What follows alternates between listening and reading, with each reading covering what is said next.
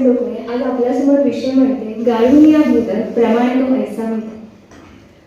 विद्रोही तुकाराम या पुस्तकामध्ये अहा साळुंखे असं म्हणतात की वर्णाच्या जातीच्या भेदभावामुळे माणसामध्ये जो भेदभाव करतो त्याच्यामुळे भारतीय परंपरेमध्ये एक विशिष्ट स्थान या भेदभावाने निर्माण केलेले आहे आणि याही पुढे जाऊन की या वर्णभेदामुळे, या विषमतेमुळे, या भेदभावामुळे अक्षरशः आपल्या समाजामध्ये धुमाकूळ घातलेला आहे.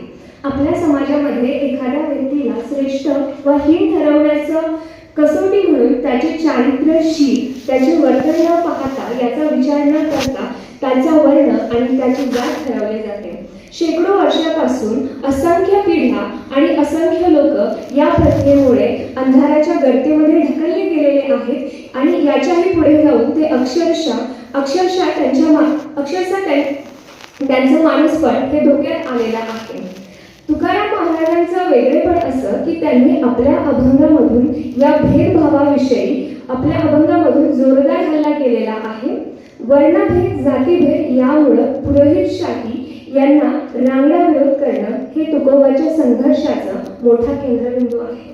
आता हा विरोध हा केवळ चंद्रभागेच्या वाळवंटापुरताच मर्यादित आहे, अध्यात्माच्या क्षेत्रापुरताच सीमित आहे किंवा सामाजिक पातळीवर तो नाही असं म्हणणं सोपं आहे. परंतु त्या काळामध्ये एवढ्या वर्षापासून आपल्या समाजामध्ये ही चातुर्वर्ण व्यवस्था होती.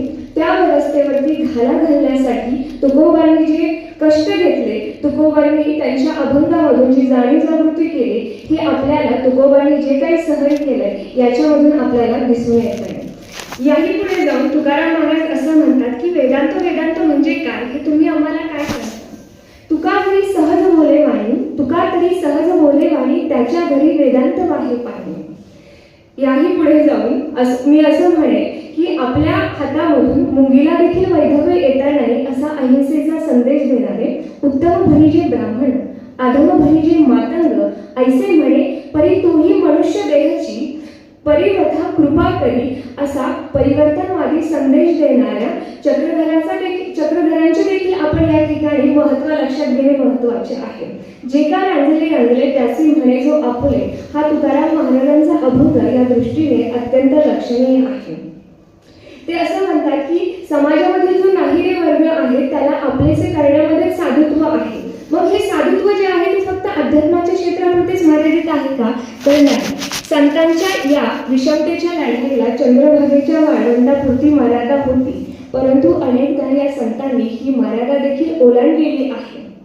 तुका म्हणे देवा ताडन भेदकाची सेवा. म्हणजे भेदबुद्धी करून तुम्ही देवाची भक्ती करता ती भक्ती नाहीच आहे, म्हणजे ते तुम्ही देवाला मानणे आहे असे तुकाराम महाराज सांगतात. म्हणजे हा विचार खऱ्या अर्थाने समाजामध्ये नैतिकता जागृत करणारा आहे असं मला वाटायला लागतं. आणि तुकाराम महाराज म्हणतात की गाळून या भेद प्रमाण तो ऐसा वेद. मी सगळे भेदभाव बाजूला सारलेले आहेत आणि याला प्रमाण वेद आहे.